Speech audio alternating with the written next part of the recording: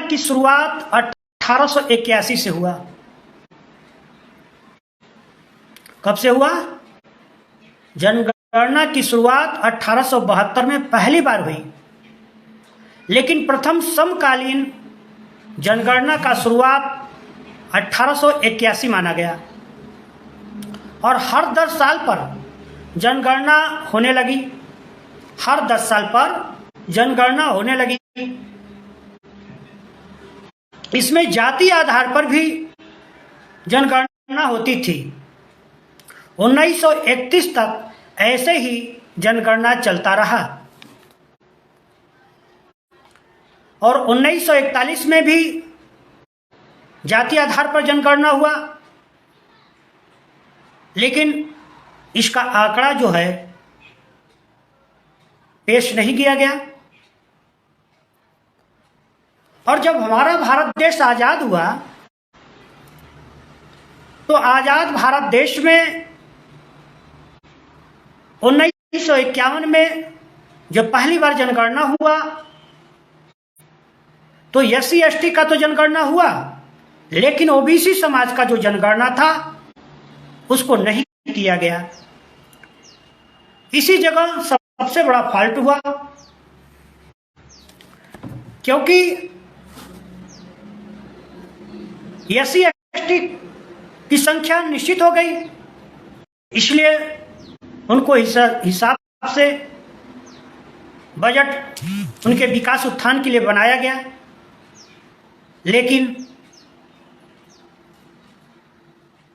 OBC समाज का जो विकास था वो रुकता चला गया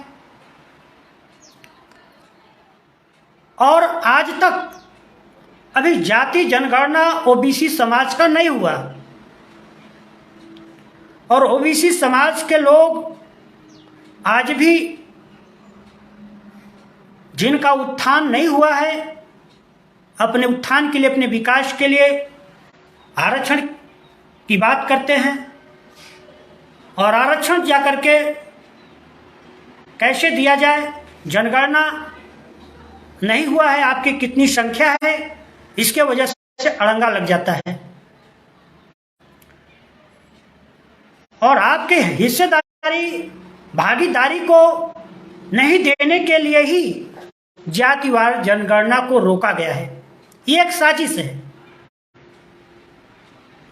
जैसा कि ये जनगणना 2011 में SECC करके ये सर्वे कराया गया कांग्रेस के कार्यकाल में और पिछड़े जो गठबंधन के साथी थे, क्षेत्रीय दल भारत देश के सभी राज्यों से, उन लोगों के दबाव की वजह से SECC जाति आधारित जनगणना जो है शुरुआत किया गया, लेकिन उसका जो आंकड़ा था, डाटा था, वो पेश नहीं किया गया। तो साथियों, ये OBC समाज का जनगणना क्यों रोका जा रहा है? इसका क्या कारण है? क्यों नहीं कराया जा रहा है? जबकि हमारे ही देश में गाय का, भैंस का, कुत्ता का, पेड़ पौधों का जनगणना किया जा रहा है, लेकिन जो इंसान है, जो पिछड़ा समाज है, OBC समाज है, उसका जनगणना नहीं कराया जा रहा है। ये बहुत बड़ा सवाल है, ये आपको समझना होगा। क्योंकि साथियों, मैं आप लोगों के बीच में जातिवार जनगणना कराने के पक्ष में हूं और इसकी लड़ाई भी लड़ूंगा, लेकिन पहले आप समझिए, क्योंकि समझना बहुत जरूरी है। और ये स्थिति उस तरह से है जैसे एक परिवार है और उस परिवार में 4 बच्चे हैं। बाप आता है मार्केट से, मिठाई जैसे लेकर चला आया,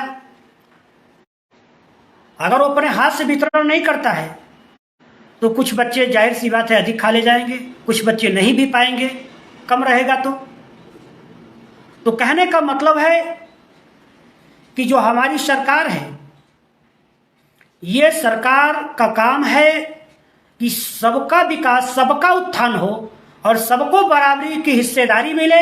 इसीलिए जो है हर 10 साल पर जनगणना कराया जाता है कि क्या आवश्यकताएं हैं और किन जातियों को ये आवश्यकताएं अधिक जरूरी है। इसीलिए जातिवार जनगणना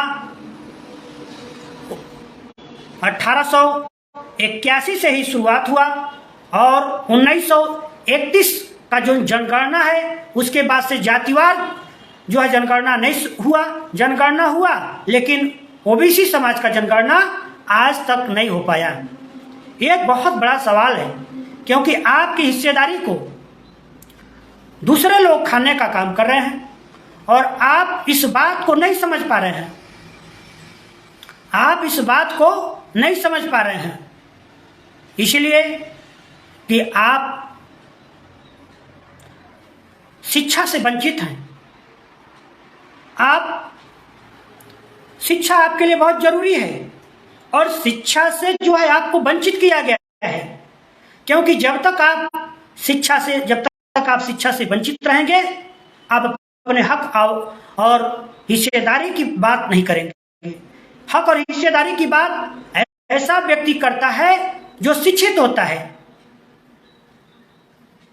तो शिक्षा को जानबूझ करके आपको वंचित किया गया है।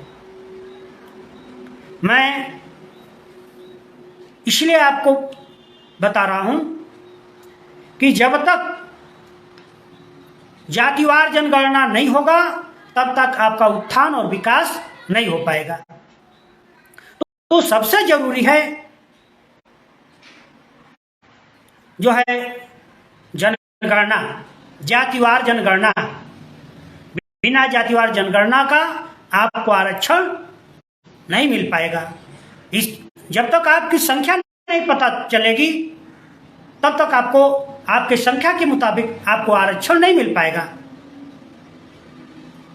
आप जहां 52% हैं, ओबीसी समाज जो 1931 जनगणना के आधार पर ओबीसी समाज जो है 52% था, लेकिन उसको आरक्षण 27% दिया जा रहा है और एक तरफ बाउंडेशन लगा दिया जा रहा है कि 50% से अधिक आरक्षण नहीं दिया जाएगा। वहीं दूसरे राज्यों में जो है 70% आरक्षण दिया जा रहा है। वहीं जो भारतीय जनता पार्टी के सरकार में 72 घंटे में 10% आरक्षण सवर्ण जाति को दे दिया जा रहा है, लेकिन ओबीसी समाज का जो 17 पिछड़ी जातियां हैं इनको आरक्षण नहीं दिया जा रहा है कि आपका संख्या ही निर्धारित नहीं है। ऐसे जो है आपके सामने आरक्षण न देने का एक प्रोपोगंडा अपनाया जा रहा है।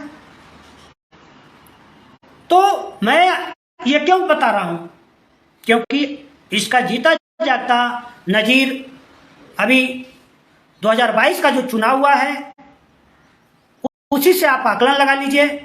मैं आपको बताना चाहता हूं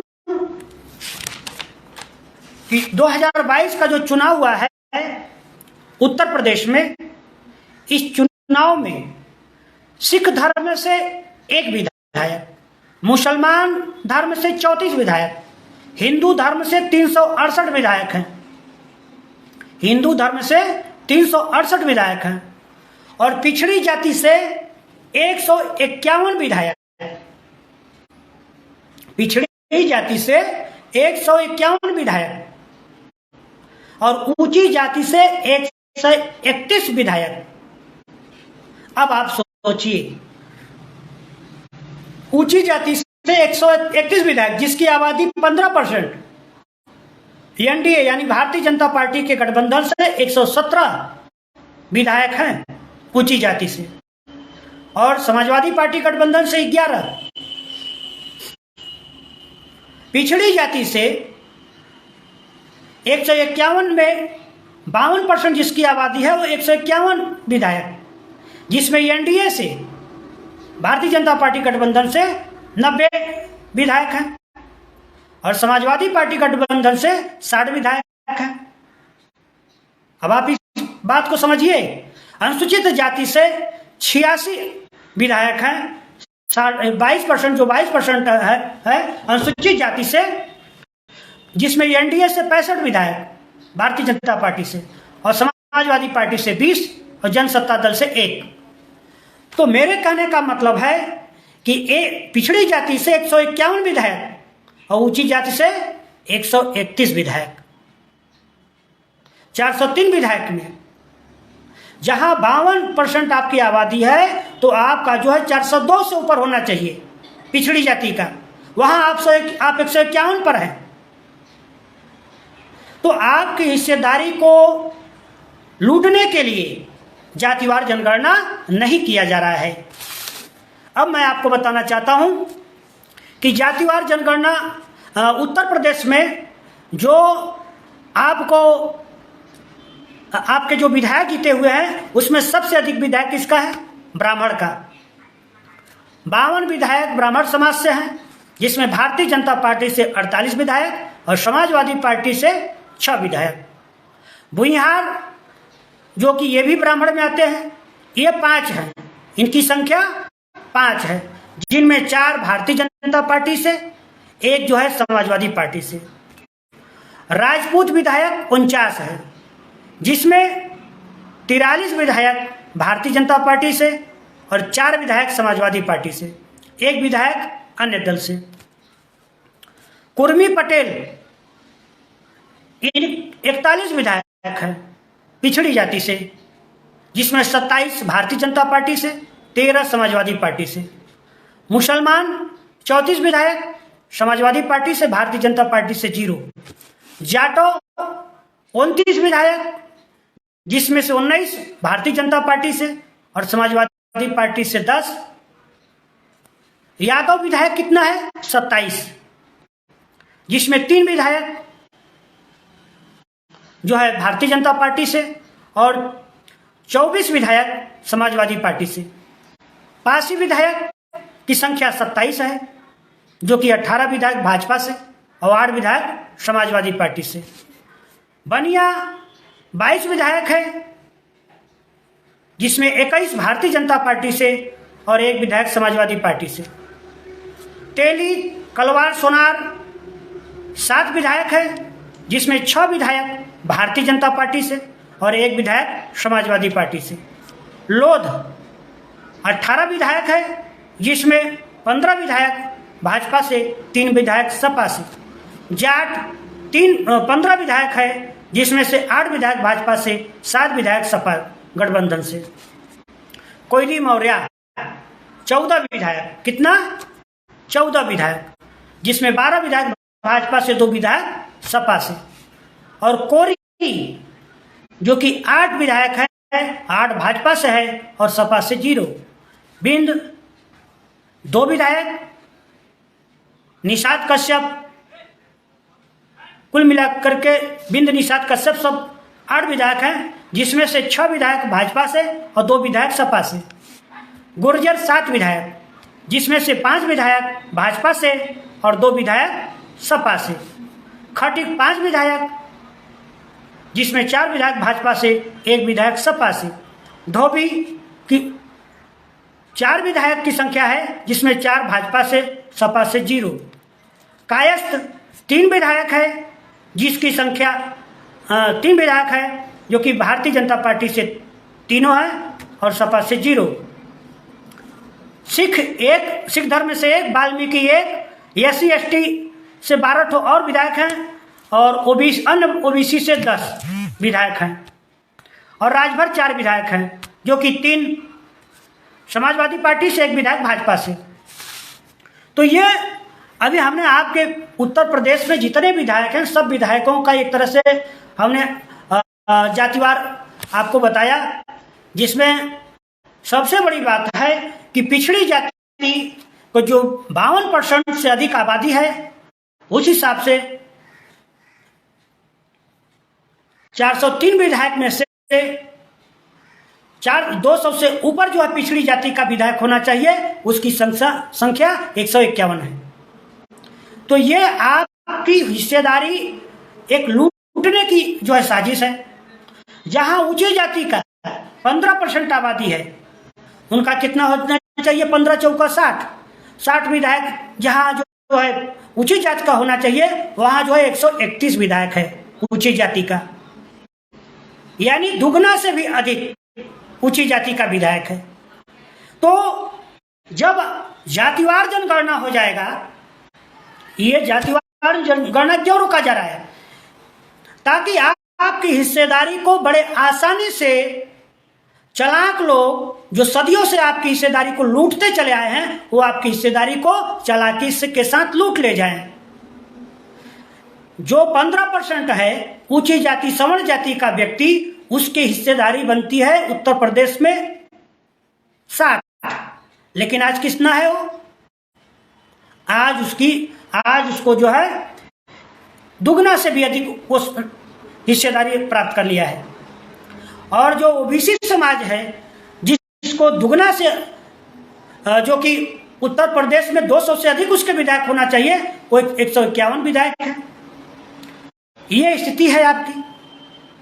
तो साथियों, जब जातिवार जनगणना हो जाएगा तो चाहे पाल हो, चाहे प्रजापति हो, चौहान हो, विश्वकर्मा हो, माली हो, केवट हो, कश्यप हो, कहार हो, घोड़ हो, बिंद हो, ये सभी जो जातियां हैं, इन जातियों को जब अपनी संख्या मालूम हो जाएगी कि हमारी जनसंख्या इतनी है और उस हिसाब से हमारा इतना विधायक होना चाहिए, तो जाहिर सी बात है कि इनको अपना हक हिस्सा जो है ये लेने में सक्षम हो जाएंगे। तो इनको अपनी औकात, इनको इनकी जनसंख्या मालूम न होने पाए, इसलिए एक साजिश के तहत जातिवार जनगणना आज तक रोक करके रखा गया है। अंग्रेज जब इस देश पर शासन करते थे तो जातिवार जनगणना करा करके हर जातियों के विकास और उत्थान के लिए, समग्र विकास के लिए काम करते थे। लेकिन जब हमारा देश आजाद हो गया तो आज ओबीसी समाज जो है, जो अति पिछड़ा समाज है, उसके समग्र विकास के लिए, उत्थान के लिए आजाद देश की जो हमारी गवर्नमेंट, जिनको हम अपना एक एक वोट दे करके सरकार बना करके अपने विकास के लिए दिल्ली लखनऊ में पहुंचाते हैं, इन लोगों के द्वारा इस दबी कुचली अति पिछड़ी जातियों के लोगों को क्यों नहीं जो है जातिवार जनगणना करा करके क्यों नहीं आरक्षण देने का काम किया जा रहा है? ये साजिश कब तक की जाएगी? अब तो आजाद देश है, अब तो ये पढ़ा लिखा जो है काफी संख्या में लोग हो गए हैं। अब तो कम से कम ज्ञान होना चाहिए कि नहीं, हिस्सेदारी किसी का नहीं लूटना चाहिए। तो साथियों, मैं आपको बताना चाहता हूं कि जातिवार जनगणना होना बहुत जरूरी है, और जब तक जातिवार जनगणना नहीं होगा तब तक जो है, और जैसा कि हम आपको बता रहे थे कि बजट, शिक्षा के लिए जो बजट आया था,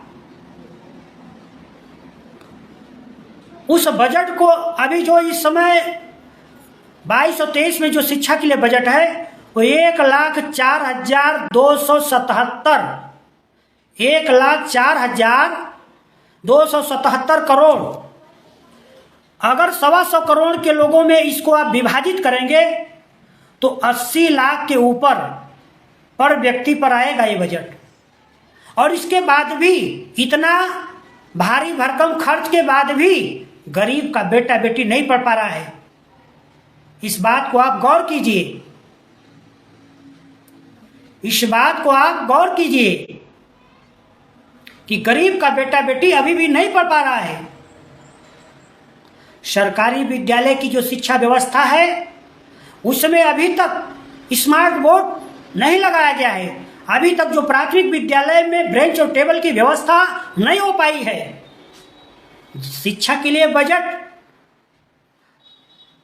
जो है और होना चाहिए, और जो बजट दिया जा रहा है उसका छानबीन होना चाहिए कि कहाँ खर्च हो रहा है, सही हो रहा है कि सही नहीं हो रहा है, इसमें धांधली, इसमें लूटपाट तो नहीं हो रहा है। इस पर जो है बाकायदे इसका जो है निगरानी होनी चाहिए। जब तक निगरानी नहीं होगा सही ढंग से खर्च नहीं हो पाएगा।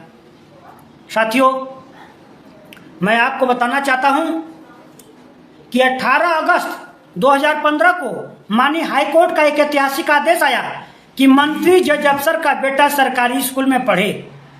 राज्य सरकार के प्रमुख सचिव को आदेश दिया गया कि 6 माह में कानून बना करके अगले सत्र से अनिवार्य रूप से लागू करें। 6 माह बीता, सरकार चली गई, लेकिन यह कानून नहीं लागू हुआ। अब आप सोचिए, एक तरफ हाईकोर्ट आदेश दे रहा है सरकार को कि मंत्री जज अफसर का बेटा सरकारी स्कूल में पढ़े, यानी शिक्षा व्यवस्था को में सुधार लाने के लिए जो जज है वो निर्देश कर रहा है, लेकिन जिसको आपने एक वोट दे करके उत्तर प्रदेश में 403 विधायक बनाया, वो लोग अपना जो है वेतन बढ़ाने के लिए ध्वन मत से कानून पास कर लेते हैं, लेकिन गरीब के बेटा बेटी को गुणवत्तापूर्ण शिक्षा देने के लिए कानून नहीं बनाते हैं। एक तरफ जब हाईकोर्ट आदेश देता है तो उसकी भी अवहेलना कर जाते हैं ये लोग, क्योंकि विधायिका सर्वोच्च है। विधायिका सर्वोच्च है, ये अपने सर्वोच्चता का फायदा नाजायज उठाते हैं। तो साथियों, मैं अब आपसे कहना चाहता हूं कि आपके दरवाजे पर जो लोग वोट मांगने के लिए जाते हैं उनसे आप बोलिए कि भाई देखो, जब तक आप गुणवत्तापूर्ण शिक्षा की व्यवस्था नहीं करोगे हमसे वोट मांगने मत आना। और भारत माता पार्टी या और जो दल शिक्षा के लिए काम करते हैं ऐसे दल पर ही आप भरोसा कीजिए। बकिया जो दल हैं उन पर भरोसा आप कतई मत कीजिए। जब तक गुणवत्तापूर्ण शिक्षा की व्यवस्था नहीं होगी तब तक यह भारत देश जो है पुनः सोने की चिड़िया नहीं बन सकती है। यह हमारा भारत देश जो कि महान था, जो सोने की चिड़िया थी, आज यह भारत देश काफी पिछड़ गया तरक्की और विकास में सिर्फ शिक्षा की वजह से। तो अगर हम लोगों को पुनः सोने की चिड़िया इस भारत देश को बनाना है तो यहां शिक्षा की व्यवस्था, आधुनिकता के समय में जो शिक्षा व्यवस्था होनी चाहिए, जो आज प्राइवेट विद्यालय में स्मार्ट बोर्ड की व्यवस्था की गई है, ब्रेंच टेबल की व्यवस्था की गई है, अच्छे अध्यापकों की व्यवस्था की गई है, वो व्यवस्था आज डिजिटल इंडिया में डिजिटल जो है शिक्षा व्यवस्था जब तक नहीं होगा तब तक भारत देश पुनः सोने की चिड़िया नहीं बन सकता है। इसलिए साथियों, भारतीय जनता पार्टी राष्ट्रवाद धर्मवाद की बात करके सत्ता में पहुंच जाती है, लेकिन भारतवर्ष के लिए उस सही ढंग से काम नहीं कर पा रही है। अगर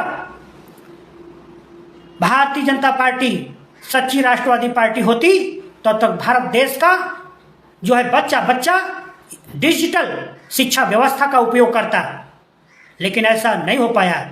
इसलिए कि साजिश है, मुंह में राम बगल में छुरी, एक कहावत है हमारे यहाँ कि मुंह में राम बगल में छुरी। बात तो करते हैं धर्मवाद की, बात तो करते हैं राष्ट्रवाद की, लेकिन इनके अंदर जो है मनुवाद भरा हुआ है, इनके अंदर कूट कूट के जातिवाद भरा हुआ है, इनके अंदर जो है छल कपट भरा हुआ है, भ्रष्टाचार भरा हुआ है। ये धन इकट्ठा करने के लिए, सत्ता पाने के लिए सिर्फ जो है हिंदू की दुहाई देते हैं, राष्ट्रवाद की बात करते हैं। अगर कोई राष्ट्रवादी है तो राम सागर बिंद है, भारत माता पार्टी है जो धर्मवाद राष्ट्रवाद की बात करती है, क्योंकि तीनों लोग का अगर कोई मालिक है तो भगवान शिव है। इसलिए हमारा नारा है हर हर महादेव, भारत माता की जय। साथियों, राष्ट्रवाद और धर्मवाद का जो नकली ढोंग रचने वाले हैं उन लोगों से आपको सावधान होना होगा।